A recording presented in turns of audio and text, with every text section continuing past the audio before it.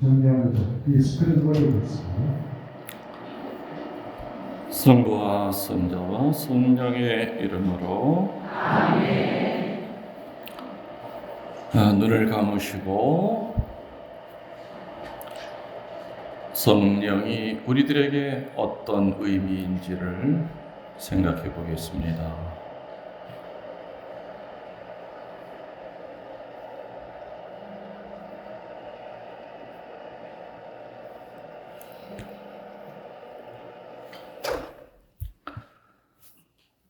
성령이 아니 계시다면 하느님은 멀리만 계신다. 성령이 아니 계시다면 그리스도는 과거에만 머무신다. 성령이 아니 계시다면 복음은 죽은 문자에 불과하다. 성령이 아니 계시다면 교회란 한낱 조직에 불과하다. 성령이 아니 계시다면 권위란 한낱 지배하는 것일 뿐. 성령이 아니 계시다면 전교란 한낱 선전 광고에 불과하다.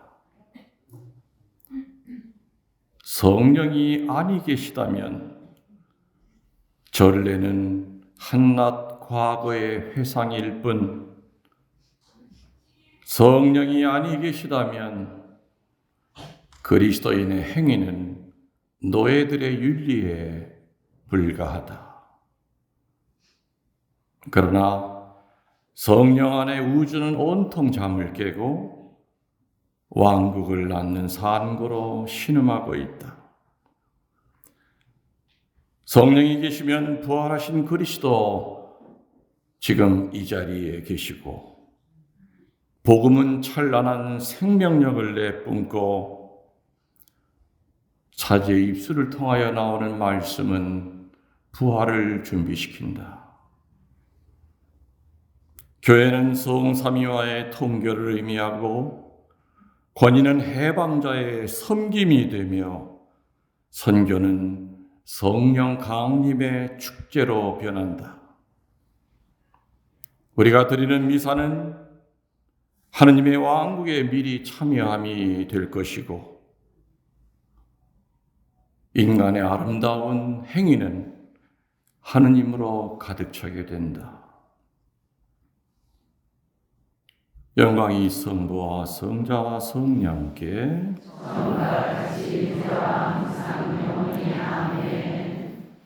전 예수님 주님의 이름으로 평화를 빕니다. 여기 고산 성당 신자들만 와 계신 건 아니죠? 아마 여기저기서 도를 넘어서 오신 분들도 계신 것 같고 또 옛말에 그런 말이 있죠. 그 만고의 진리인데 자식은 애비를 잘 만나야 된다. 그런 말 들어보셨어요? 그 틀린 말이에요, 맞는 말이에요? 여기 본당 신자들은 본당 신부님을 잘 만난 거예요. 좋은 아버지를 만나서 열심한 아버지를 만나서 영성 생활을 할 수 있고 또 신자들을 행복하게 하는 그런 사제를 만나는 것도 신자들에게는 큰 축복이죠. 축복이. 우리 저 신상옥 안드레아는 한 달에 한 번씩 온다고 내가 얘기해요. 머리 볶은 거예요? 그거 얼마짜리야?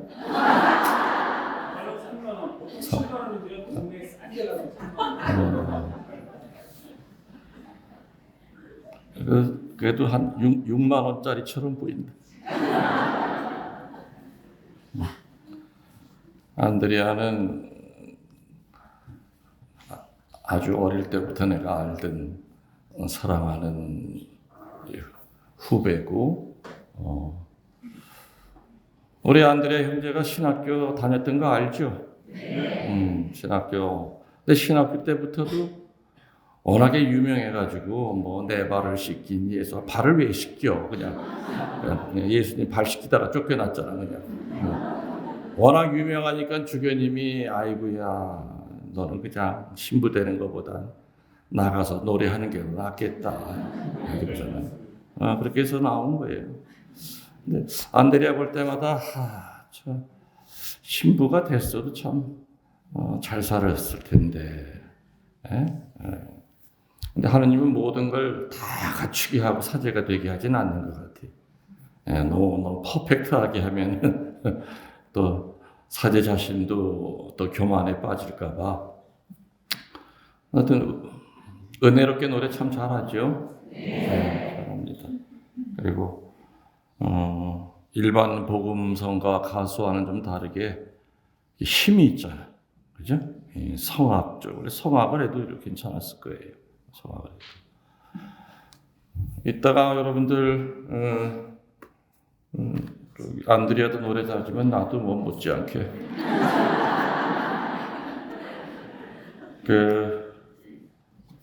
처음에는 이걸 CD로 만들었었는데 47곡을 요즘은 CD 플레이어가 없잖아요 차에. 그래서 신자들이 USB를 만들어 달라고 그래가지고 USB도 새로 만들었어가지고 뭐 조그맣지 뭐 USB. 그런데 47곡 들어가 있어요. 1번부터 27번까지는 어린 느티나무, 28번부터 47번까지는 할배 느티나무. 내가 그 닉네임이 느티나무라는 거 아십니까? 네, 느티나무 신부인데 1번부터 27번까지는 신학교 때 부른 거니까 20대 중반 때 부른 노래들이에요. 근데 이게 어떻게 해서 이렇게 여기 올라가게 됐느냐. 인천에 가면은 그 성모병원, 부평자의 성모병원이 있어요. 신학교 3학년 때인가 급성 기관지염 때문에 거기 일주일을 입원을 했는데 내일 태어나는 날인데 갑자기 그 원목과 수녀님이 뒤가 깨진 기타 하나를 주고 워크맨 있죠. 거기다가 이제 공테이프 60분짜리를 주면서 60분을 노래로 다 채워달래요. 그래서 이걸 가지고 아침마다 환자들한테 스피커로 이렇게 들려줘야 된대. 그러면서 이거 안 해주면 학사님 퇴원 못 시킵니다. 그래요. 그때만 해도 난 정말 퇴원을 못하는 줄 알고 그때만 해도 내가 별명이 김순진이었거든요. 그래서 환자복을 입고 그 뒤에 덜렁덜렁대는 기타를 가지고 5층에 강당에 올라가서 한 반 정도 워크맨 누르고 난 다음에 이제 했는데 또 수위가 올라와서 시끄럽다고 또 쫓아냈어. 그래서 결국에는 옥상에 올라가서 60분을 다 채워놨어요. 뭐 개중에는 뭐 그때 뭐 내가 만든 노래들도 이 안에 들어가 있습니다. 그래서 그거를 드리고 그 다음에 이제 무사히 퇴원을 했죠. 그리고 수십 년 동안 깡그리 잃어버리고 있었어요. 그런데 한 5년 전인가 한 7년 전에 인천 그 어머니 계신 본가에 갔더니 어머니가 이 정리정돈을 참 잘하시는 분이에요. 아무리 봐도 이게 큰 신부 노래 부른 테이프가 되는 거예요. 그래서 이렇게 거기서 딱 들으니까는 옛날 생각이 나는 거지. 예? 그 성모병원에서 깨진 기타 가지고 불렀던. 그래서 어머니가 이걸 어떻게 갖고 계시냐 그랬더니 내가 아마 태어나고 난 다음에 일주일에 어머니가 이제 정기 점검하러 그 병원에 가셨나 봐요. 갔더니 여기 원무과 수녀님이 이거 큰 아드님이 노래 부른 거라고 하면서 복사한 거라고 하나를 어머니한테 드린 거예요. 그래서 그거를 어머니도 한 35년 동안을 그냥 보관만 하다가 그걸 찾아낸 거죠. 너무 신기하죠. 그래서 그거를 이거 아깝다 그래가지고 CD로 갖다 이제 옮겼어요. 옮겨서 이제 교우들 필요한 사람 가져가다가 어느 날부터 자동차에 CD 플레이어가 안 나오기 시작해. 예. 그러니까 내 강론도 그전에는 전부 다 CD로 나와 있었거든요. 그래서 강론은 뭐 워낙에 양이 분량이 많으니까 그거를 USB로 옮기려니까는. 근데 또 물론 조그만 USB 안에 다 들어갈 수는 있지. 그렇다고 해서 요만한 거 하나 팔면서 CD 20개 값을 받을 수는 없잖아. 아예 고민이 되는 거예요. 그래서 그거는 포기하고 노래만 USB로 담자 해가지고 이렇게 했습니다. 원래 이 얘기 하려고 한 게 아닌데 자네 얘기 하다가 보니까 어떻게 이게 나왔어요. 그래서 뭐 내가 노래 해봐야 얼마나 잘하겠습니까? 근데 곧잘 해요. 그래서 그래서 이거 뭐 이제 10,000원인데 이거 하나 갖고 있으면 또 모르죠. 내가 나중에 또 시복 시성이 되면 이거 하나 이게 몇 억 간단 말이에요. 이게 몇 억. 그러니까 여러분들 재산 증식용으로도 하나 갖고 계시면 괜찮을 것 같다 생각이 듭니다. 사실은 그 저한테 주어진 시간이 생각 외로 강의 시간이 짧아요. 네? 강의 시간이 짧아가지고 뭐 아시는 분은 아시면 나는 강의할 때 시동 거는 데만 30분이 걸려요. 근데 요즘은 차가 낡아가지고 30분 안에도 시동이 안 걸릴 때가 많아. 그래서 이게 짧은 시간에 뭔 얘기를 해야 되나, 뭐 할 얘기는 많은데 들려주고 싶은 얘기는 많은데 조금 뭐 그래도 항상 어느 성당 가서는 그래요.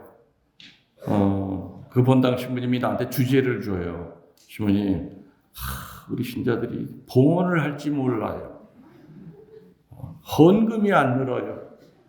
그쪽에 대해서 집중적으로 공격해 주세요. 열심히 이제 강의를 준비해갖고 오잖아요. 어떤 때는 6시간 떠드는데 아예 한 장도 펴보지도 않고 끝나. 딴 얘기만 하다 끝나. 끝나고 난 다음에 본당 신부님 얼굴을 어떻게 봐야 되나. 미안해가지고 신부님 나 사실은 이렇게 다 준비했는데 한마디도 못했네 그랬더니 그 신부님이 그냥 눈물을 글썽거리면서 내 손을 잡고 신부님 우리 본당 사정 누구한테 들으셨어요?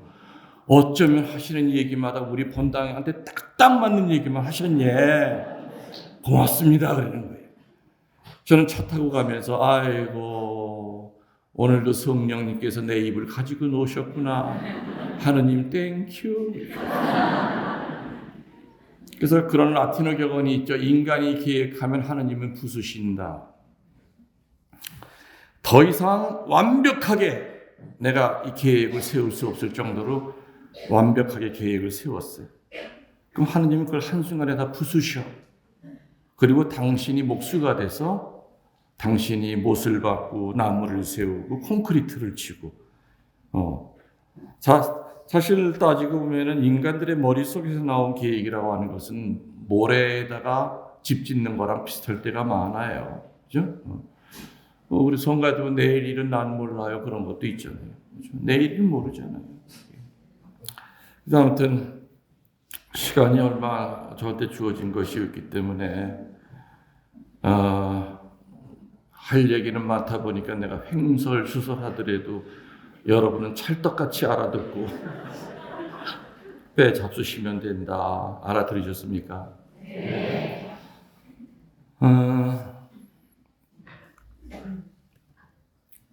예전에 이제 어느 본당에서 그 본당은 수녀님이 유치원이 있다 보니까 이제 3분이 같이 살았어요. 근데 수녀님 한 분이 유난히 눈에 띄었어요. 왜? 이뻐서? 아니야. 이쁜 거랑은 아무 상관이 없어. 이쁘진 않아. 이뻐서 눈에 띈 게 아니라 다른 면에서 눈이 띈 거예요. 너무너무 얼굴이 밝아요. 그냥 해가 떠 있는 것 같아요. 그래서 사람들이 그 수녀님 곁에만 가면 이게 전염이 돼. 행복 바이러스라고 그러죠. 그러니까 성당이 밝아지는 거야. 레지오 단원들이 밝아지고 수염이 가는 곳마다 아무튼 그 이상한 웃는 병을 퍼뜨리기 시작해. 이게 바이러스인지 뭔지 몰라도.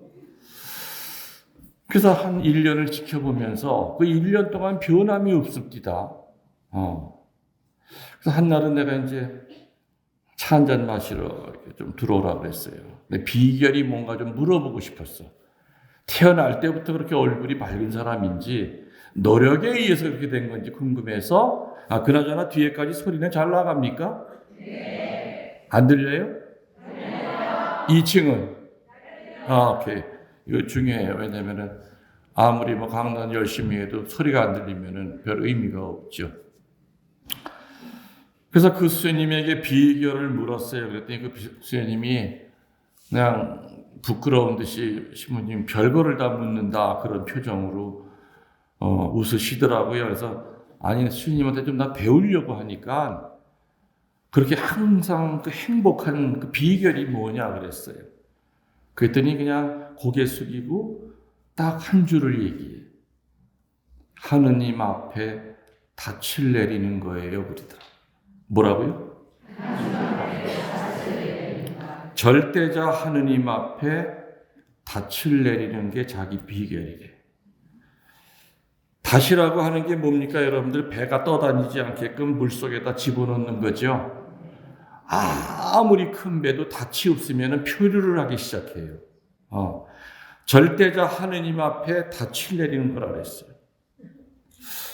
그래서 이제 그 수녀님 이제 사는 거를 지켜보니까 닻을 내린다는 게 무슨 뜻일까?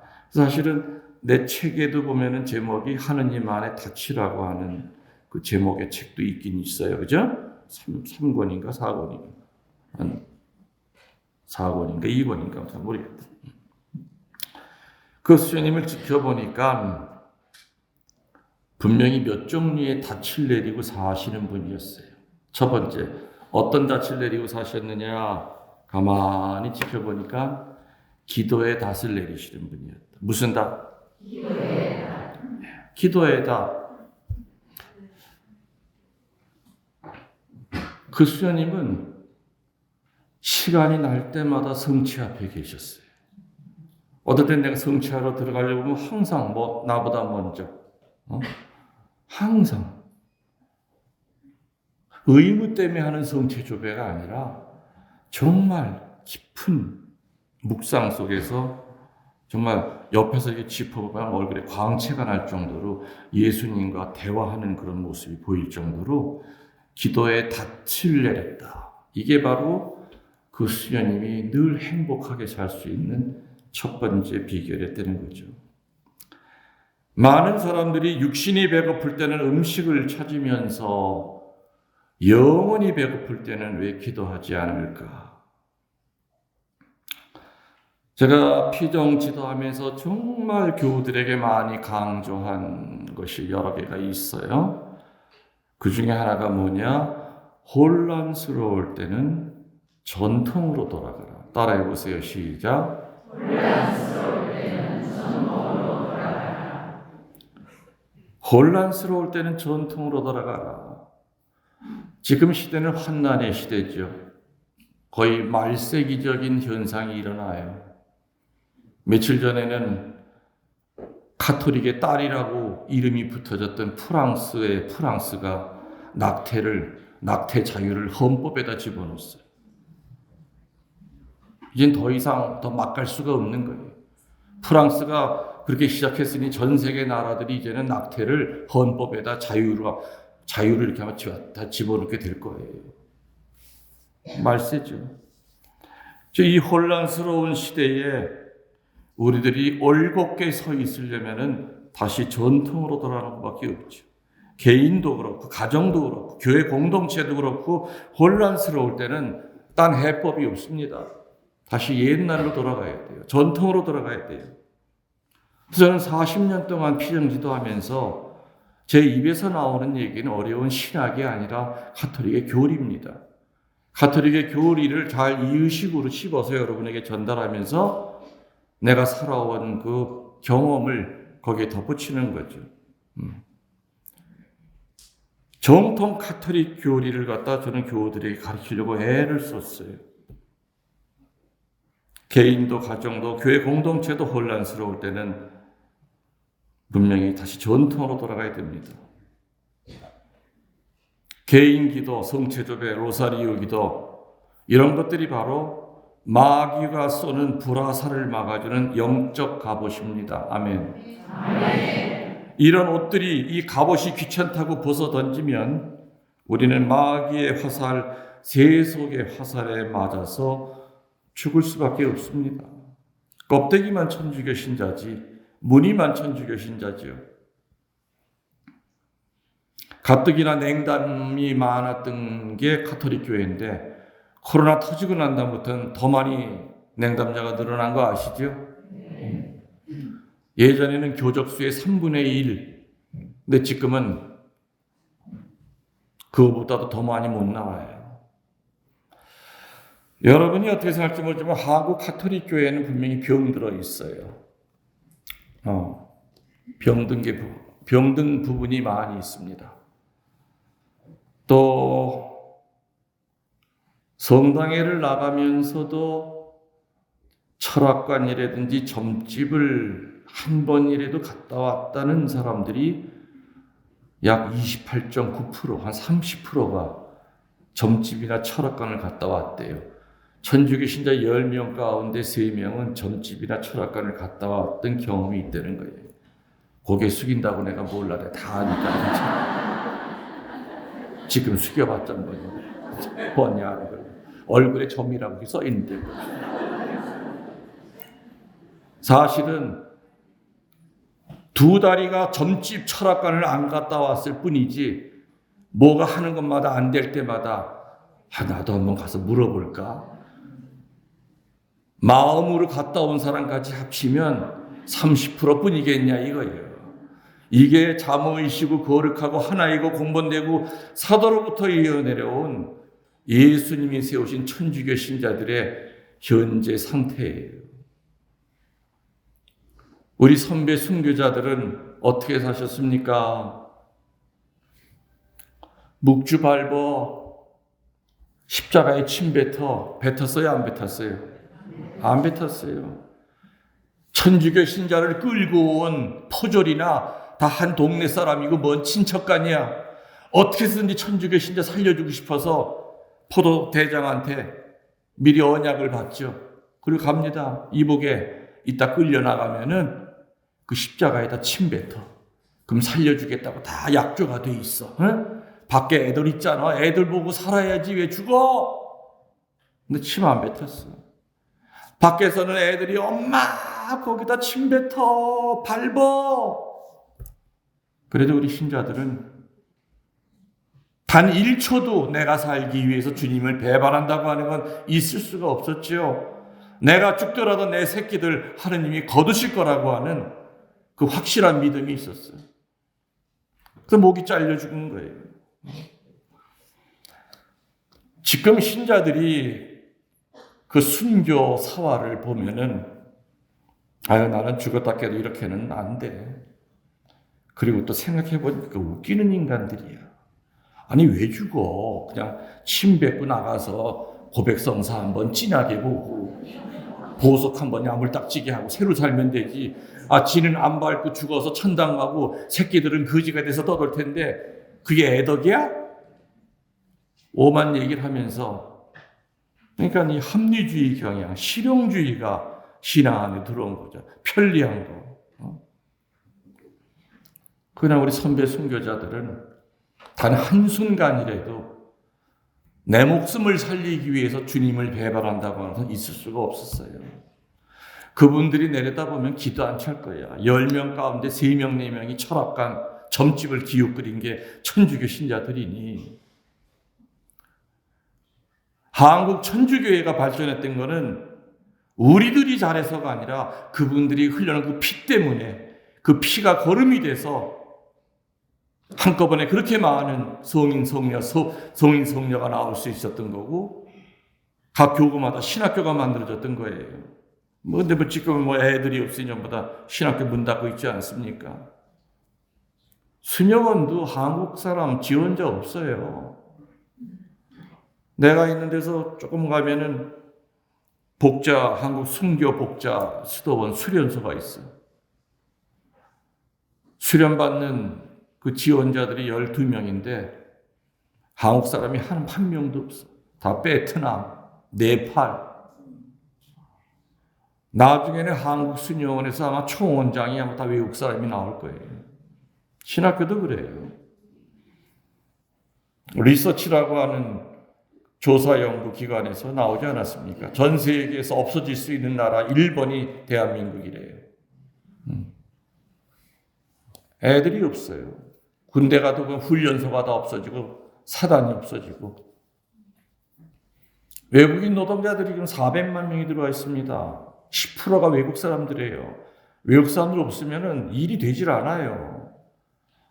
밤중에 나가보세요. 다 외국 사람 돌아다니죠. 무섭대요. 한국 여자들 길거리 다니기가.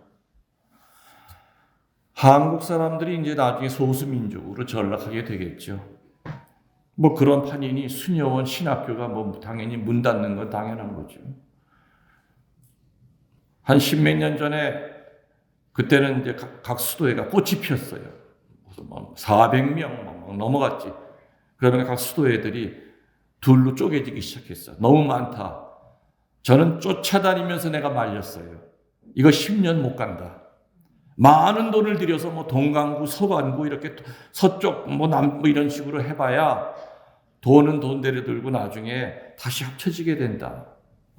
그냥 지금 불편하더라도 이 숫자 그대로 그냥 유지하면서 살면 줄어들게 돼 있다. 그게 그대로 지금 나타나지 않습니까?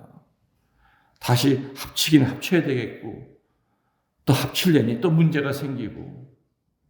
그래서 그때도 내가 어떤 장상들, 총장들 만나면서 제발 분별을 좀 잘해라. 한국 천주교가 언제까지 꽃이 필 줄 아냐. 나중에 전부 다 외국 수녀들 데리고 올 거다. 그럼 그대로 이루어지고 있잖아요, 지금 그게. 혼란스러울 때는 전통으로 돌아가야 됩니다. 개인 기도 철저하게 하셔야죠. 성체접에 시간 나면 해야 되고, 로사리오 기도 일주일에 한 번 성체영하는 거 가지고는 못 견뎌요. 여러분들 혈압약 매일 드시잖아요. 비타민 매일 챙겨 먹잖아요. 썩어 없어질 몸뚱아리 안 아프게 하려고 좋은 약은 다 먹으면서 영생을 누리는 데 필요한 천상의 약인 왜 성체는 일주일에 한 번 먹어요. 이 환난의 시대에 성체 한 번 영하고서는 절대 일주일 동안 못 견뎌. 힘들어. 매일이 어려우면 적어도 일주일에 2번 내지 3번은 성체를 영해야만 그래도 우리들이 숨 쉬고 살아요. 유혹이 올 때마다 헤쳐나갈 수가 있다 그 얘기죠. 마귀는 우리들에게 불화살을 계속 쏩니다. 그거 안 맞으려면은 다시 옛날처럼 제대로 기도해야 되죠. 나는 어린 시절에요. 기도라고 하는 단어를 못 들어봤어요. 옛날에 뭐라고 그랬죠? 기도라고 하지 않고 신공, 거룩할 공로예요. 아침에 눈 뜨자마자 하는 신공을 뭐라고 그랬어요? 조과, 밤에 잠들기 전에 하는 신공을 만과, 그때 과자는 일과자예요. 아침에 일어나면은 눈곱 뜨기 전에 제일 먼저 해야 되는 것이 내가 내 몸에다가 십자성으로 축성을 긋고 잡소리와 잡생각이 나를 지배하기 전에 눈 떠지면 십자가로 내 몸을 축성하고 난 다음에 첫 번째 조가가 뭐냐? 주님 살려주셔서 감사합니다. 그리고 따라 나오는 기도가 오늘 하루를 내 생애의 마지막으로 알고 열심히 살겠습니다. 우리들은 하루하루 자고 날 때마다 살 날이 많아집니까? 아니면 죽을 날이 가까워집니까? 죽을 날이 당연히 가까워지죠. 근데도 우리는 천년만년 살 것처럼 착각을 해요. 자꾸 기도하는 것도 미루고 용서하는 것도 미루고 순명하는 것도 미루고 봉헌하는 것도 미루고 화해하는 것도 미루고 다 미뤄. 성인 성녀들이 죄를 안 졌기 때문에 성인 성녀가 되는 건 아니에요. 그들도 우리와 같이 약해요. 죄에 떨어졌어도 그분들이 그 죄의 그 빈도를 줄일 수 있는 그 비법은 뭐였느냐? 아침에 눈 뜨면 주님 오늘 하루를 내 생애의 마지막으로 알고 살게 해 주십시오. 그 기도로 하루 시작했다는 거죠. 하루밖에 안 남아있다 그런다면은 묵주기도 드릴 때 어디 분심 잡념이 듭니까? 하루밖에 안 남아있다 그런다면 미사 가서 성체 영할 때 내가 영하는 이 성체가 내 생애의 마지막 성체구나. 눈물 콧물이 앞을 가릴 거예요. 하루밖에 안 남아있다 그런다면 미워하는 사람 왜 용서 못해요? 마지막인데 이제. 성인 성녀들의 삶이라고 하는 것은 그 종말론적인 하루하루가 쌓이고 모여져서 그 성인 성녀들의 일생이 되는 거죠. 그래서 성인 성녀 되고 완독으로 나가는 길의 가장 큰 지름길은 지금 얘기한 대로 하루하루를 마지막으로 알고 살아야 돼요. 전 아침에 일어나서 이제 은퇴했기 때문에 신자 없이 미사를 합니다. 혼자서 내 방에서 미사하면서 저는 지금까지도 마지막 미사를 하는 마음으로 미사를 드려요.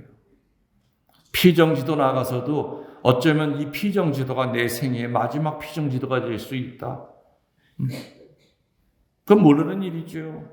오늘 이 고산성당에서 피정하고 밤에 자다가 주님이 불러가면 가야지 내가 별 수 있어요. 여러분들도 마찬가지예요. 그죠? 여러분도 천당 가기 위해서 마지막 준비 잘하고 오늘 피정하시는 거예요. 이렇게 하루하루를 마지막으로 안 되면은 열심하게 살지 않을 수가 없다는 그 얘기죠. 열심해질 수 있는 거예요. 여러분 따라 하시겠습니까? 인간은 기도로서 강해지고 하느님은 인간의 기도로서 약해지신다.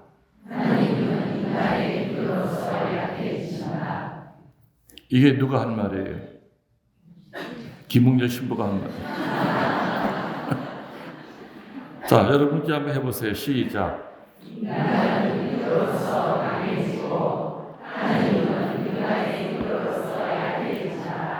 다 천재들이네. 인간이 강해지는 것은 돈이 아니에요. 헬스장에 매일같이 다닌다고 강해지는 게 아니죠. 인간이 강해질 때는 기도예요. 인간은 기도할 때마다 강해지고 하느님은 인간의 그 기도를 들으실 때마다 안 들어주고는 못 빼겨 점점 흐물흐물해지셔. 무슨 얘기인지 내용을 아시겠죠? 인간은 기도로서 강해지지만 하느님은 인간의 기도로서 약해지신다. 정말 최선을 다해서 들어주시려고 애를 쓴다는 거죠. 아무튼 그 행복 수녀님의 그 행복의 그 원인이 절제다 하느님 앞에 닷을 내리는 것이다.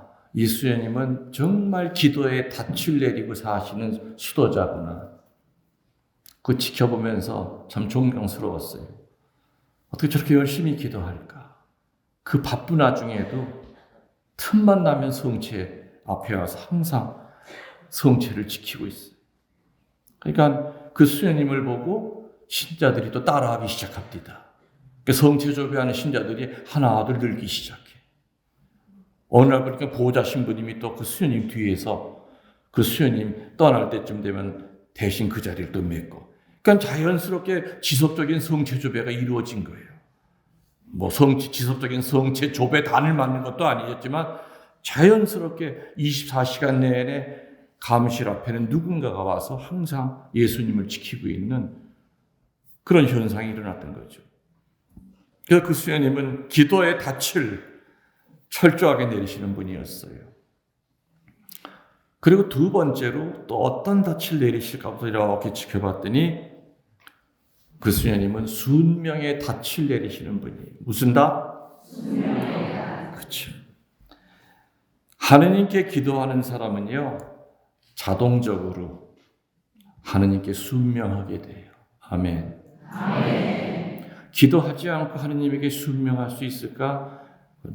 절대. 순명하더라도 그건 위선이고 하는 척이지 마음속에 순명은 안 돼요.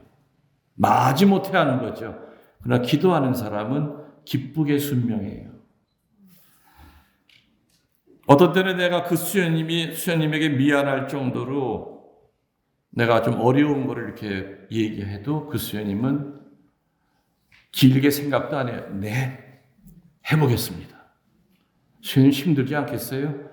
아이고, 제가 못하면 나머지는 주님이 해주시겠죠. 너무너무 담대하고, 그러니까 순명하라고 지시하는 내가 미안할 정도예요. 어떤 일을 시키건 간에 정말 마음으로부터 우러나오는 그런 마음으로 순명하셨죠. 그래서 저는 그 순명하는 그 수녀님을 보고 뭘 느꼈냐. 그 수녀님은 젊어요. 이제 40대 초반인데, 야, 나보다 한참 밑에인데 나보다 몇 수가 높구나. 나보다 한 수가 높구나. 그러면서 나도 그 수녀에게 자극을 받았던 적이 있습니다. 순명은 기적을 낳고 기쁨과 평화와 행복을 낳는다는 것을 그 수도자는 몸으로 보여주고 사셨어요. 그 다음에 세 번째로 그 수도자가 어떤 닻을 내렸느냐 가만히 지켜보니까 포기를 잘해요. 포기의 닻을 내려요. 기도하면은 순명할 수 있고요. 순명하면은 포기할 줄 알아요. 근데 그 포기는 어떤 포기냐? 가려서 포기할 줄 알아요. 어떤 건 절대 포기하면 안 돼요. 목에 칼이 들어와도. 근데 어떤 건 목에 칼이 들어와도 포기해야 돼요. 포기할 줄 알아요. 다시 말해 영적 분별력이 생기기 때문에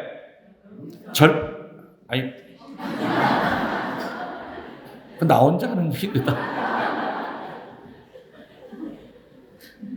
기도하면은 뭐 하게 돼요?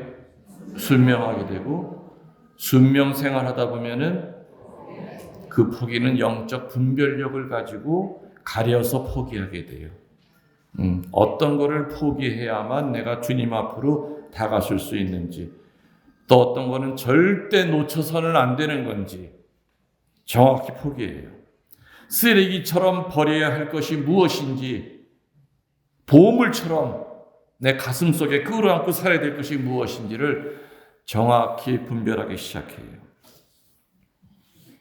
여러분들 십자가는 쓰레기처럼 버려야 되는 거예요? 아니면 끌어안아야 되는 거예요?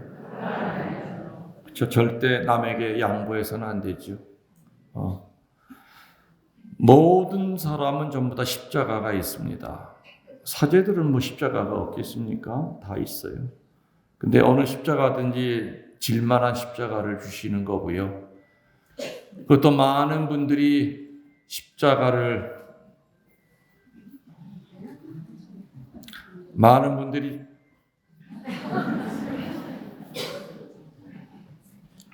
끌 줄 모르면 누가 옆에서 좀 도와주세요.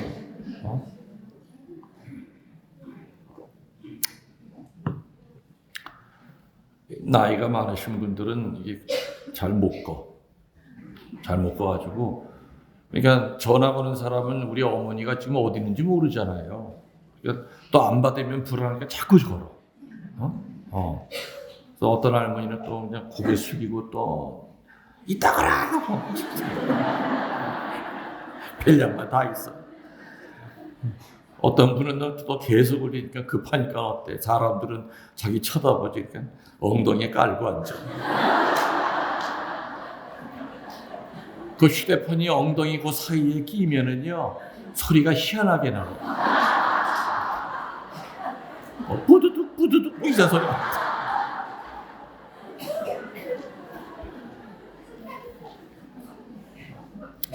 강단 중에 이렇게 휴대폰이 울리면은 맥이 끊어져요, 사실은. 근데 여러분들 십자가 질 때 정말 기쁘게 지세요. 억지로 지는 십자가가 많죠. 그래도 너무 그거 예수님한테 미안해하지 마세요.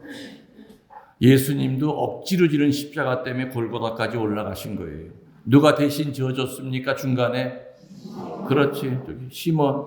기레네 사람 시몬은 예수님 따라다녔던 예수님 팬이 아니에요.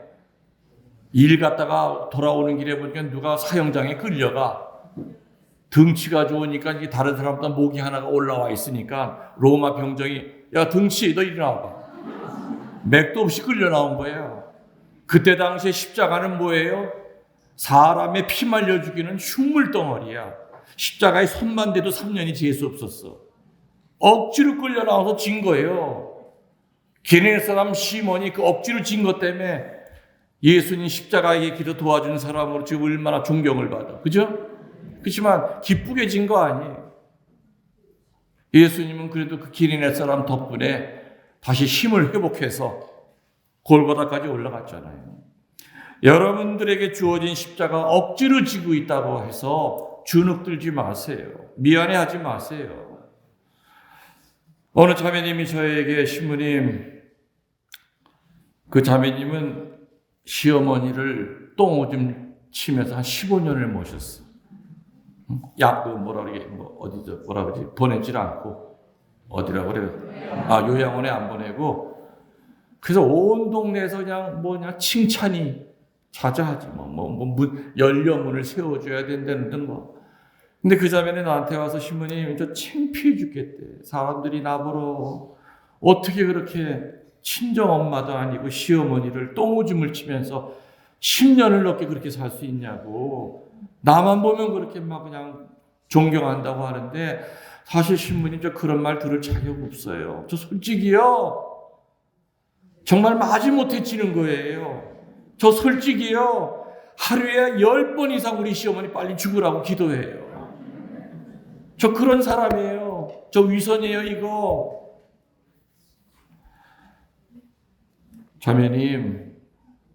자매님이 이렇게 억지로 지더라도 예수님한테 미안해하지 마세요.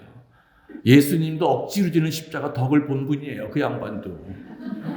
그래서 알아요. 십자가를 기쁘게 지는 사람이 세상 천지에 몇 명이나 되겠습니까? 십자가 자체는 고통이에요. 맞죠? 고통이고 얼마나 힘들게 하는 겁니까? 대부분 다 억지로 져요. 그래도 주님은 그 십자가를 통해서 우리에게 오시기 때문에 절대 놔서는 안 되는 거죠. 놓쳐서는 안 되는 거죠. 남에게 양보해서는 안 되는 겁니다. 십자가는.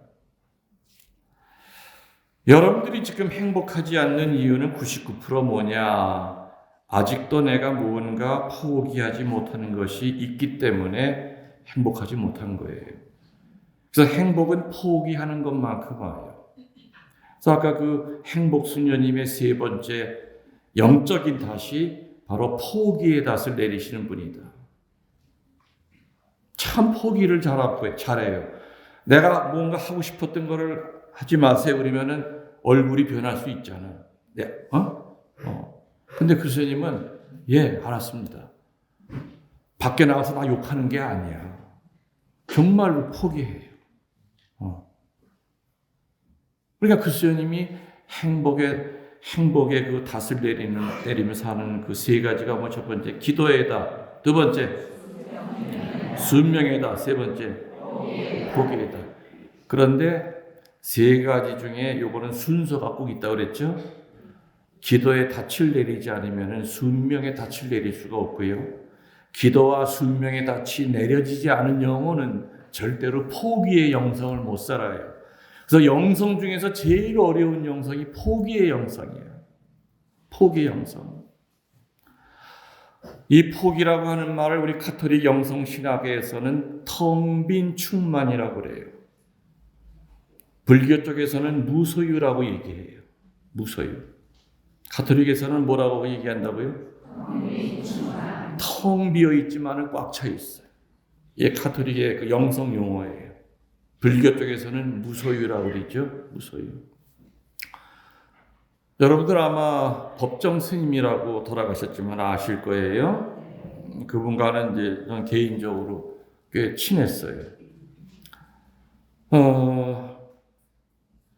그 양반은 명동에 일이 있어서 가면 꼭 성당에 들어가서 성체 주배를 하고 나와요. 희한한 중이에요. 아무튼. 그래서 내가 아니 스님 거기서 정말 성체조비 하시는 거예요. 자기는 참 너무 신비스럽다. 조그만데 그 하느님이 계시는 게 너무 신비스럽고, 그리고 아무튼 뭔가 이렇게 그냥 성스러운 기운이 나오는데 그 감실에서 그 스님 얘기가, 자기는 그래서 부처님 앞에 앉아 있는 것보다 어떨 때는 감실 앞에 앉는 게 더 마음이 편하대요. 그 양반이 그 서울의 길상사라고 하는 옛날에 그 요정이었는데 그 사장한테 그 길상사를 이제 그 봉헌을 받아요. 그래서 그분은 그거를 이제 절로 만들어서 한 달에 한 번씩 가서 이제 법회를 열고, 법정 스님은 강원도에서 조그만 암자를 짓고 혼자 사셔요. 근데 어느 날 법회가 딱 끝나고 났는데 아주 부잣집 마나님이 기사 보러 빨리 들고 오라고. 이 기사가 차에서 뭘 들고 나오더래. 보니까는 난 있죠, 난. 난을 딱 주면서, 스님, 이게 500만 원짜리 난입니다. 스님 계신 암자에다가 부처님 옆에다 이렇게 봉양해 주세요. 그걸 앵겨놓고서 그냥 차 타고 가더래. 그래서 그 난을 들고 시외 버스를 타고 강원도까지 산에 또 올라가, 그 암자가 뭐 평지에 있는 게 아니니까 올라가서 그걸 어디다 둬야 되나 보니까 그 부처님 그 옆이 제일 좋더래. 그래서 거기다 딱 놨대. 500만 원짜리 난을. 그리고 아침마다 이렇게 절을 하는데 부처님은 안 보이고 그 옆에 난이 저게 죽었나 살았나 그거밖에 안 보이더래. 그렇게 일주일을 사니까 지옥이더래. 내가 저놈을 갖고 있는 게 아니라 저놈이 나를 가지고 있구나. 내가 저놈의 종이 되고 있구나. 그래서 그 다음 달 다시 들고 가서 그 부잣집 마나님한테 나 이거 필요 없다고. 그거 주고 나오니까 그렇게 세상이 편하더래요. 그래서 불교 쪽에서도 그렇고 같은 모든 계시 종교 쪽에서는요, 영성 중에서 제일 어려운 게 포기의 영성이에요. 저는 소망이 있어요. 무슨 소망이냐? 저도 언젠간 죽겠죠? 죽으면 이제 교우들이 이제 미사하러 오실 거예요. 그죠? 장례 미사하러 오실 거예요.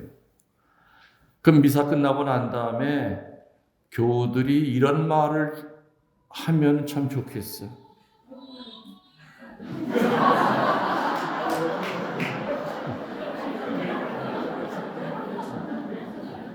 저게 휴대폰 막이야.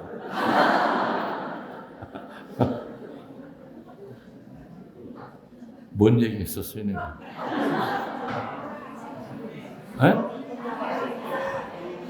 나 죽었어요? 아직 안 죽었어요?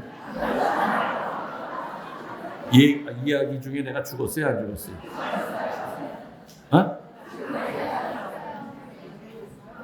기억나. 아니, 죽어가지고서 장례미사 때까지 얘기했잖아요. 뭘 아직 안 죽었지. 내가 죽고 난 다음에 장례미사 하면 신자들이 와서 장례미사 끝나고 가면서 두런두런 이런 이야기를 했으면 좋겠다는 것이 내 소망인데 어떤 얘기냐. 세상에 김웅렬 신부님 죽고 난 다음에 보니까 아무것도 없더래. 한평생 입은 수단, 낡은 구두, 그리고 너덜너덜한 성경책이 그분 재산 전부래. 그런 얘기를 들으면서 죽기를 저는 소망해요. 그런데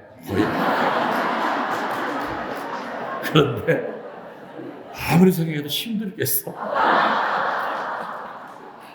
아니, 혼자 사는 몸뚱아리가 뭐가 그렇게 많아요?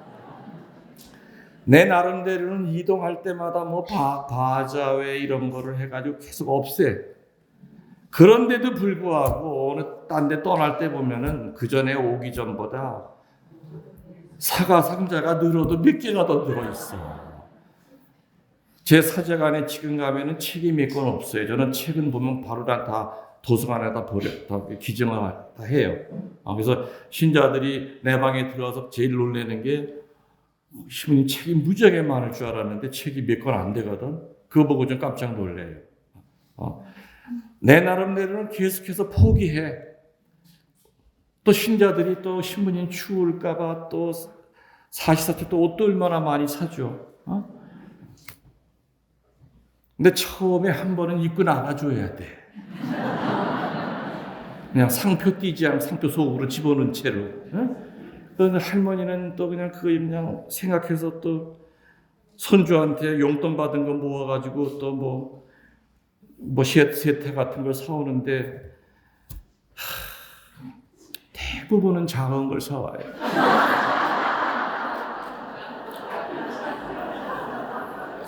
나는 얼굴이 크지 않아서 그렇지 몸은 되게 커요.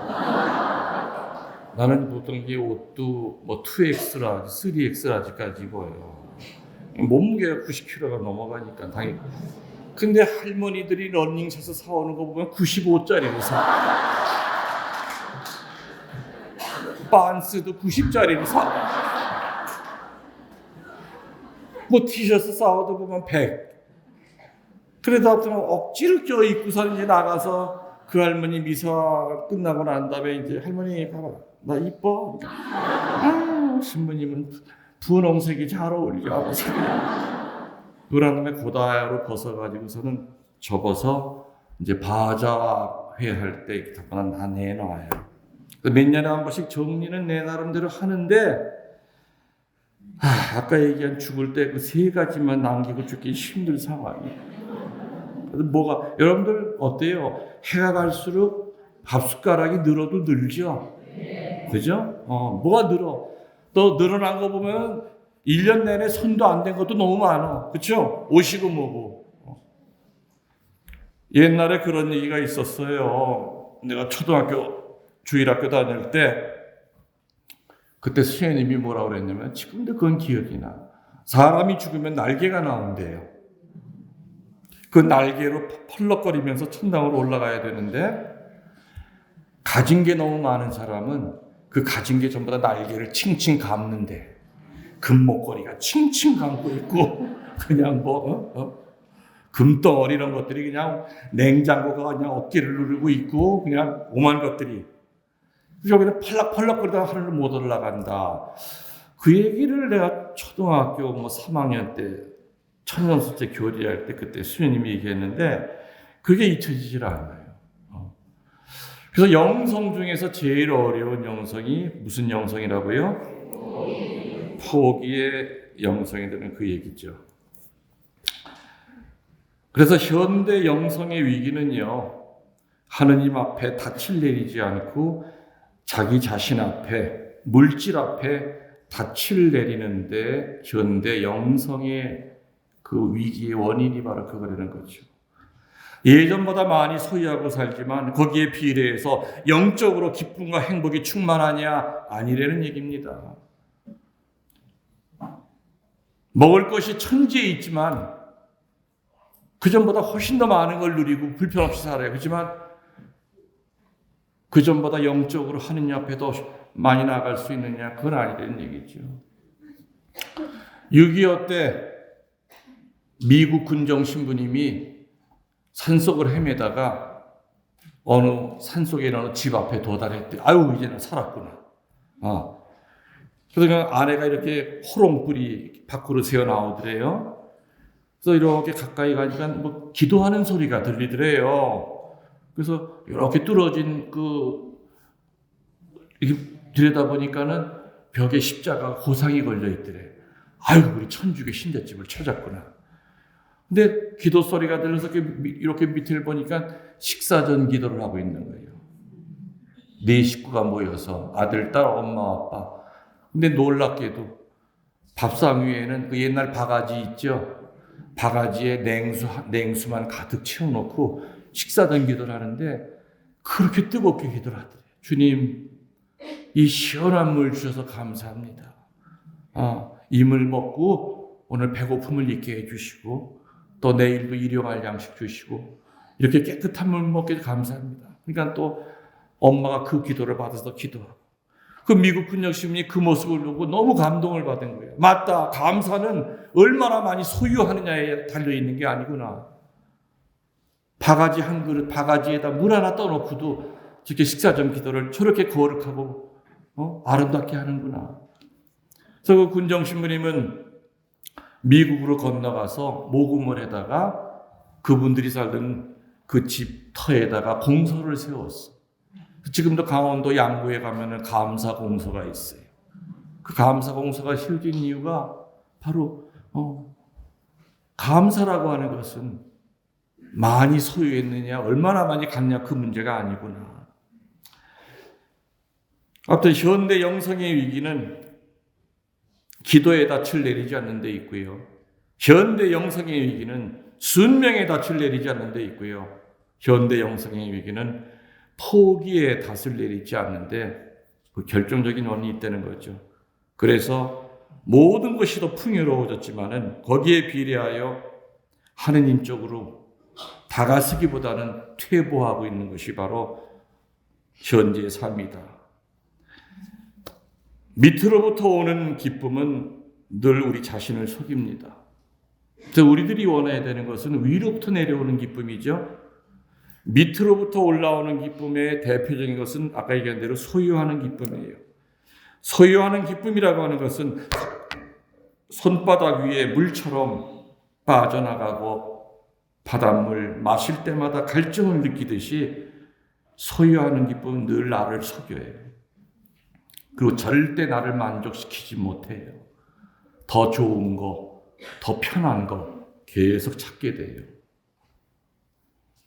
단칸방에 살던 사람들의 꿈은 방 2개짜리였어요. 열심히 돈을 벌어서 방 2개짜리 전세를 갔습니다. 한 1년 동안은 너무너무 좋았어요. 손님이 오고 식구가 오더라도 방이 하나 비어 있으니까 너무 행복했는데 아이들이 크면서 애들이 방을 달라고 하니까 방 2개의 행복은 사라져 버렸어요. 적어도 방이 4개가 있는 집으로 가야 되겠구나. 그래서 열심히 돈을 벌어서 방 4개짜리를 샀어요. 그리고 문패를 달았어요. 그런데 친구들 모임에 가면은 친구들마다 어디 콘도가 어디 있다 그리고 강원도에도 콘도가 있다 그리고 야 우리도 그렇게 콘도 같은 게 하나 있어야 되나 보다. 방 한 칸에서 기도하고 행복을 느꼈던 그 아름다운 모습은 점점 더 많이 소유함으로써 오히려 반대로 줄어든 거였죠. 제가 옛날에 본당 신부 시절에 예비자 교리반에 엿장수 아저씨가 예비자 교리반에 나왔습니다. 그 아저씨는 이렇게 구르마도 없어가지고 옛날 여판 있죠. 어깨에다 메고서는 쩔뚝쩔뚝. 근데 그 양반은 소아마비예요. 그러니까 한쪽 다리를 저으니까 걸을 때마다 여판이 뒤집어져. 이렇게. 그런데도 열심히 아무튼. 그리고 1년 내내 그 양반은 똑같은 옷, 군복구 물들인 거 있죠. 그래서 예비자 교리 때도 그 양반 옆에 안 앉아 사람들이 냄새 난다고. 그래서 열심히 교리를 배워가지고 베드로라고 하는 세례명으로 세례를 받았어요. 그리고 하여튼 매 주일날 안 빠지고 나옵니다. 근데 하여튼 하여튼 옷이 그게 한 벌밖에 없는지 하여튼 옆에 지나가도 좀 냄새가 나. 이렇게.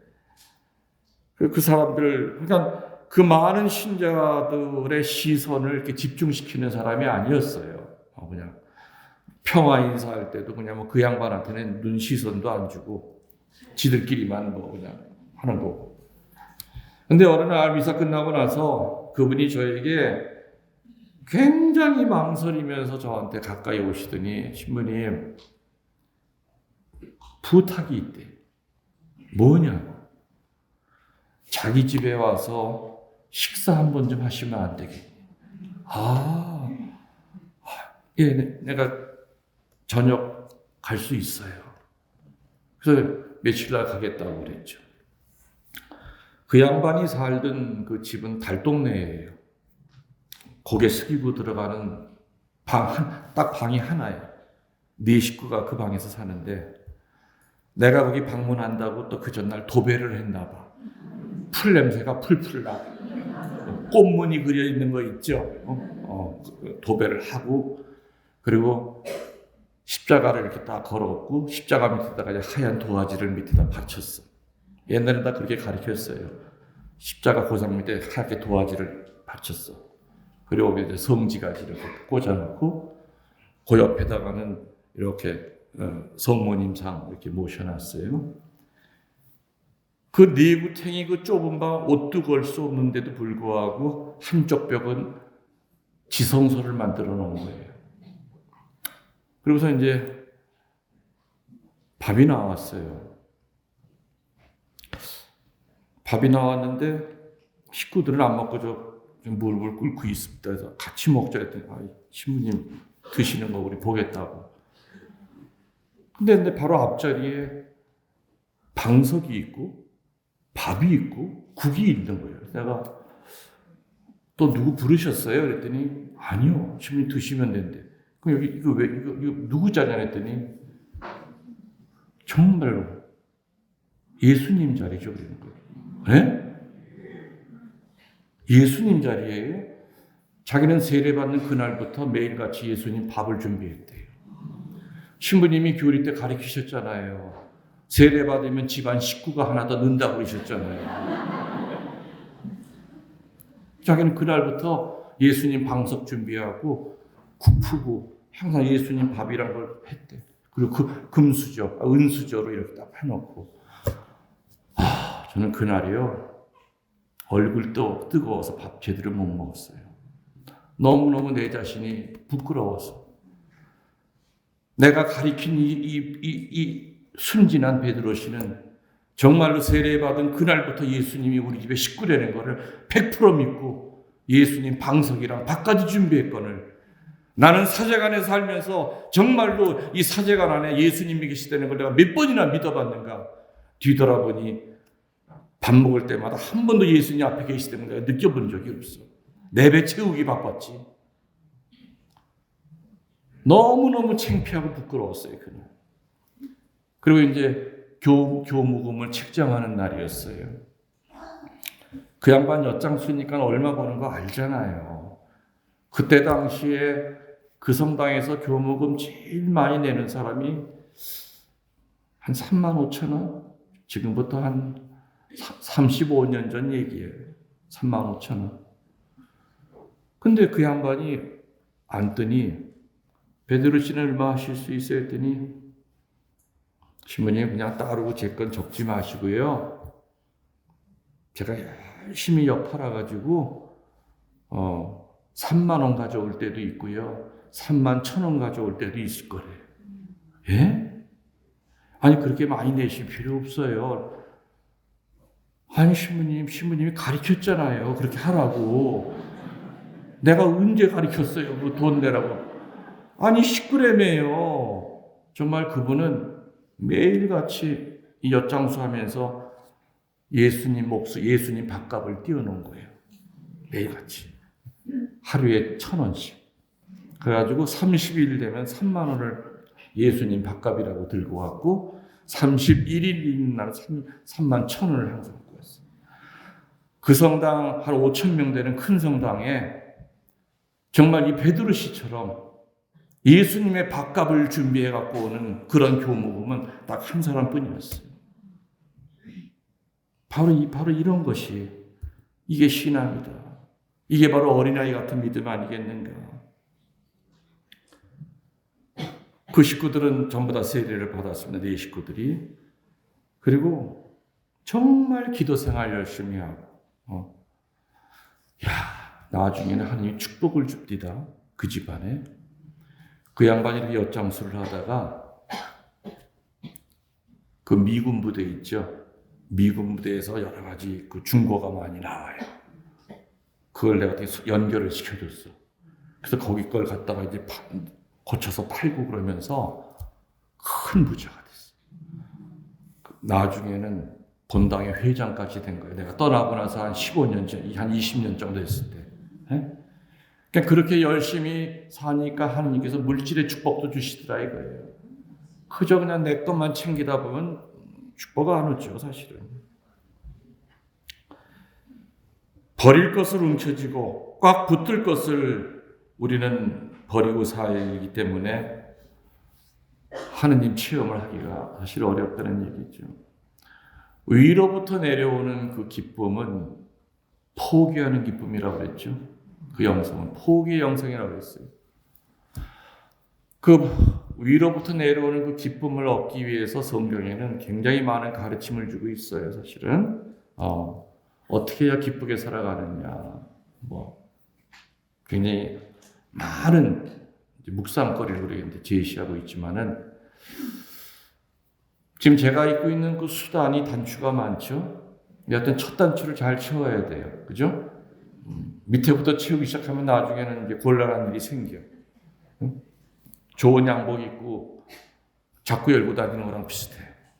때문에 첫 단추가 중요해. 그래서 위로부터 내려오는 그 기쁨의 삶을 살기 위한 그 첫 단추는 뭐냐? 무조건 주는 거예요. 성서에서는 give and take가 아니라 무조건 기부하라고 그래요. 그러면 사람한테 되돌아오는 것이 없어도 하느님이 내가 그 자리를 채워주겠다고 약속을 하세요. 여러분들 사람과 사람 사이에 왜 상처가 생기고 왜 서운한 마음이 생깁니까? 그렇죠. 바라기 때문에 주면서도 늘 바라잖아요. 시어머니가 며느리에게 주면서도 제가 그래도 어른 성일 줄 아는 아이라면은 내가 5을 줬으면 적어도 2은 돌려주겠지. 근데 2이 안 돌아와요. 아내가 남편에게 10을 주면서 적어도 5은 난 받을 자격이 있어. 내가 10이나 줬는데 절대 5 안 돌아와요.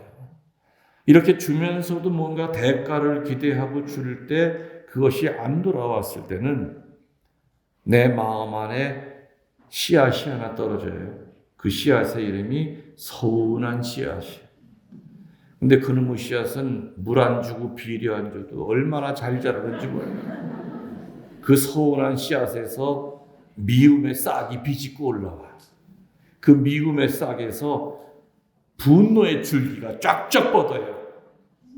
그리고 그 분노의 줄기 끝에서 시커먼 열매가 맺죠. 먹지도 못할 열매. 그 열매 이름이 무관심의 열매라고 해요. 무관심이라고 하는 것은 성서적으로 볼 때 영적 죽음 내지 영적 살인을 뜻해요. 한 집안에 있어도 그냥 돌덩어리 보듯 하는 거예요. 제 반에 있어도.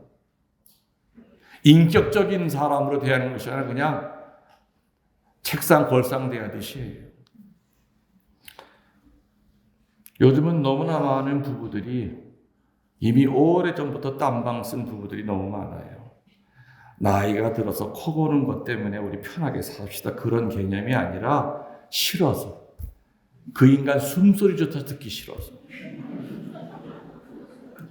정말 결혼한 지 얼마 몇 년도 안 된 그런 부부들이 그래서 결국에 그것이 길어지면 우리 도장 찍어.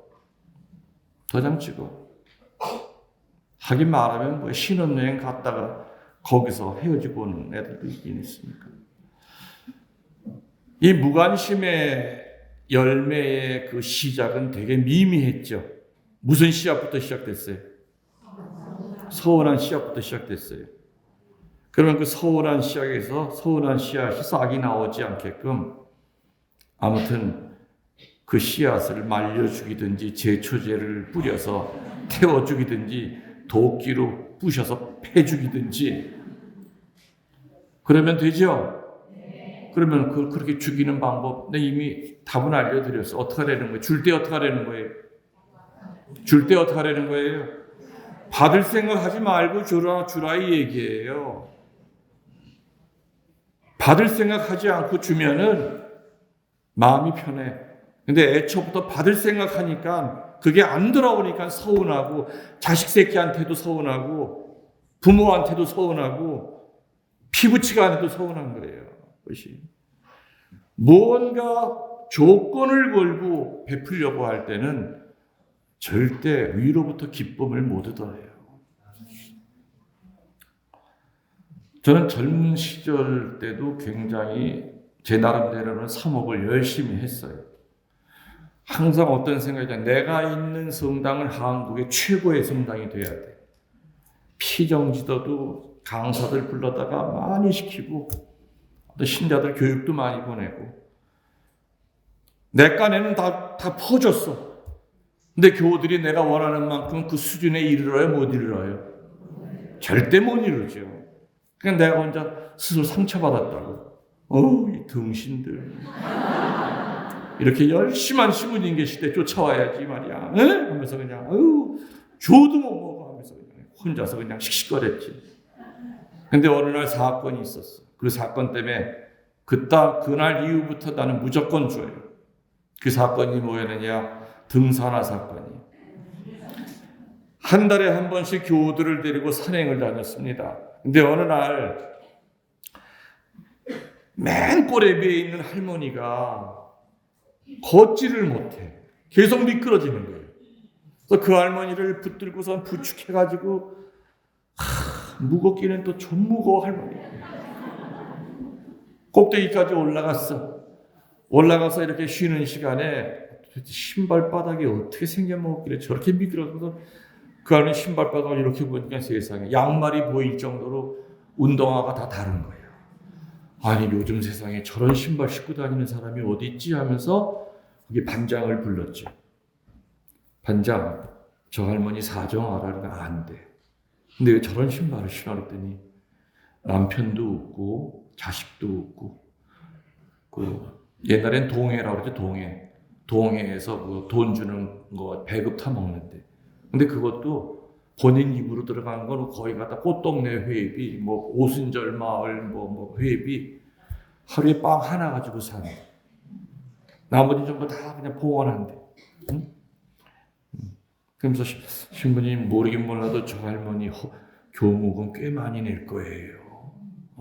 나중에 찾아보니까 정말 많이 내더라. 동에서 나오는 돈 거의 한 70%를 다 그냥 교목으로 하는 거예요.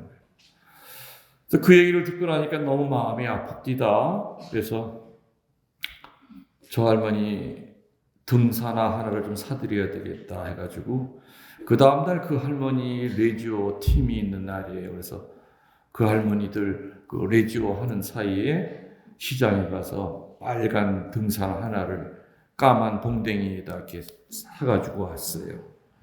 이 할머니들이 레지오 끝나고 막 나오길래 그 할머니가 레지나예요. 그 뒤에다 이렇게 숨기고 레지나 할머니 나 좀 봅시다 그랬더니 참 이 할머니들은 왜 이렇게 셈이 많어? 누구 이름을 함부로 못 불러. 내가 레지나 할머니 이름 불렀더니 그 할머니들 중에서도 그 좀 말 뻔찌가 센 사람 있잖아요. 그 할머니가 탁 아이고 신부님 한 살 덜 먹은 거 좋아하는 거 밤에서 그냥 우리들 이름은 왜 안 불러주시오?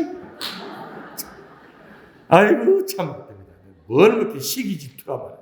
이게 다 할머니들이 우르르 몰려와가지고서는 그 파고라 있는데 그 밑에 의자에 쭉 앉았어요. 그 레진 할머니도 앉으시오 그랬더니 엉거준춤 많더라고. 보니까 역시 그 신발을 또 신고 있어. 양말 보이는 신발을. 그래서 내가 그 할머니 앞에 무릎을 꿇었죠. 꿇고 할머니 움직이지 마라. 신발을 이렇게 벗기려고 할 때 막 얼마나 놀랬겠어요. 신부님 왜 이러세요? 가만히 좀 있어 봐.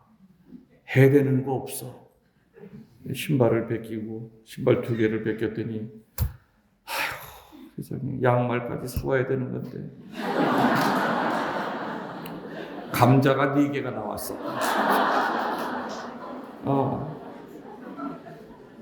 아유 할머니네 양말은 나중에 사다 줄게. 그래서 이제 봉댕이에 있는 신발을 꺼내가지고 신겨가지고 끈을 딱 묶어줬지. 이 할머니는 지금 이런 상황이 왜 벌어졌는지 모르는 거예요. 언제 신부님이 내 신발 바닥을 보셨으며 이게 지금 무슨 일인가? 이 할머니는 다다다다 그냥 오도로도 떨어. 고맙다는 말도 못해. 얼마나 떨었는지 틀니가 다 들럭들럭 떨어. 그 옆에 있는 할머니들은 부러웠을까요? 안 부러웠을까요? 부러워서 침을 찔찔. 결국에 레지나 할머니는 신발을 벗습디다. 그 내가 사실은 그 옛날 운동화 쓰레기통에 던졌거든. 다시 가서 이걸 꺼내서 그걸 신고 내가 준 그 등산화 가슴에 끌어안고 울면서 집으로 갔어. 거기 있다가 내가 이제 강곡 성지로 이제 발령을 받아왔어요. 세월이 지났죠. 그래서 거기 신자들이 이제 술래 와요. 그럼 내가 물어요. 레지나 할머니 그 신발 신고 다니냐고. 절대 안 신는데. 신부님한테 신발 받아온 그날 저녁에 십자가 고상 옆에 못을 받고 거기다가 신발 2개를 이렇게 걸어놨대. 예수님과 등산화랑 이제 맞먹는 거예요. 그 레지나 할머니는 1년 내내 십자가 고상은 닦은 적이 없어도 지금도 하루에 2번씩 신발을 꺼내서 닦는데요. 그러면서 그렇게 신부님 보고 싶다. 그게 운다는 거예요. 절대 그 신발 안 신는데. 저는 그때 그 레지나 할머니가 이렇게 기뻐하는 거를 보고 이렇게 주니까 좋구나. 내가 사제생활은 열심히 하면서도 기쁨이 없었던 이유가 열심히는 하는데 꼭 뭐가 피드백. 내가 이만큼 삽목하면 이만큼 올라와야 되고 뭔가 조건을 걸고 내가 삽목을 했던 거예요. 그 레지나 할머니의 그 신발 사건 이후로 저는 조건을 안 걸어요. 어느 정도까지 조건을 안 걸냐. 만일에 내가 교우들 때문에 내가 죽어야 될 상황이 되면은 내 목숨까지 내줄 수 있어. 그래 지금 달라고 그러지 마. 응? 그러니까 영적으로 이제 성숙이 된 거죠. 그래서 성숙한 사람은 줄 때 대가를 안 받아요. 늘 주면서도 모자란다고 생각이 들어요. 그래서 사람에게 돌아오는 어줍지 않은 고마워 이런 말은 안 들어온다 하더라도 그 빈자리를 하느님께서 기쁨이라고 하는 선물로 채워주시기 때문에 사람 입에서 나오는 칭찬의 말과는 비교가 안 되죠. 사람의 입에서 나오는 말은 안개처럼 다 사라져요. 그렇지만 조건을 걸지 않고 내가 희생봉사하고 그랬을 때 돌아오는 그 몫은 하느님이 지켜주는 몫이기 때문에 절대로 그거는 사라지지 않는다는 거죠. 그래서 여러분들 행복하게 살고 싶으시죠? 네. 또 행복하게 살아야 되는 것이 우리들의 권리면서 의무예요. 그죠? 행복은 다른 말로 기쁘게 산다 그 뜻이에요. 사제로 살면서도 기쁘지 않고 행복하지 않으면 그 무슨 의미가 있어요? 마찬가지죠. 주교님으로 살면서도 하루하루가 지옥 같아. 그건 무슨 의미가 있어요? 우리는 행복하게 살아야 돼요. 이 세상 거 다 얻어도 내 영혼이 망가지면 아무 소용이 없듯이 하나님은 우리들이 행복하기를 원하세요. 그래서 그 행복하기 위해서는 이제껏 내가 예를 들어드렸던 그 행복 수녀님의 그 비결, 절대자 하느님 앞에 기도에 닻을 내려야 되고 절대자 하느님 앞에 순명의 닻을 내려야 되고 절대자 하느님 앞에 포기의 닻을 내려야 된다. 그러면은 밑으로부터 올라오는 잠시 지나가는 그 기쁨으로부터 자유로워질 수가 있어요. 소유하는 기쁨으로부터 떠날 수가 있어요. 그래서 포기의 영성을 올바로 살아갈 수 있다. 그 얘기죠. 첫째 시간이나 몇 분까지? 네? 몇 분? 40분? 3시. 3시 반이 첫째 시간이? 시간 다 됐네. 둘째 시간은 사실은 첫째 시간보다 적은 것 같아. 1시간 10분? 둘째 시간 그렇죠. 5시에 미사람이. 그러니까 내가 화장실 갔다가 오셔야 되고 그래서 몇 분부터 시작해요? 내가 둘째 시간? 몇 시? 크게 얘기하면 안 들려. 3시 50분이요. 3시 50분에 이 두 번째 강의 3시 50분부터 몇 시까지? 5시까지? 에? 5시 10분까지? 아무튼 뭐 주님이 알아서 뭐 내 입을 가지고 얘기하실 테니까 자 우리 화장실 갔다 옵시다. 영광이 승부와 성자와 성령께 성부와 성자와 성령의 이름으로 아멘. 예수님 감사합니다. 50분까지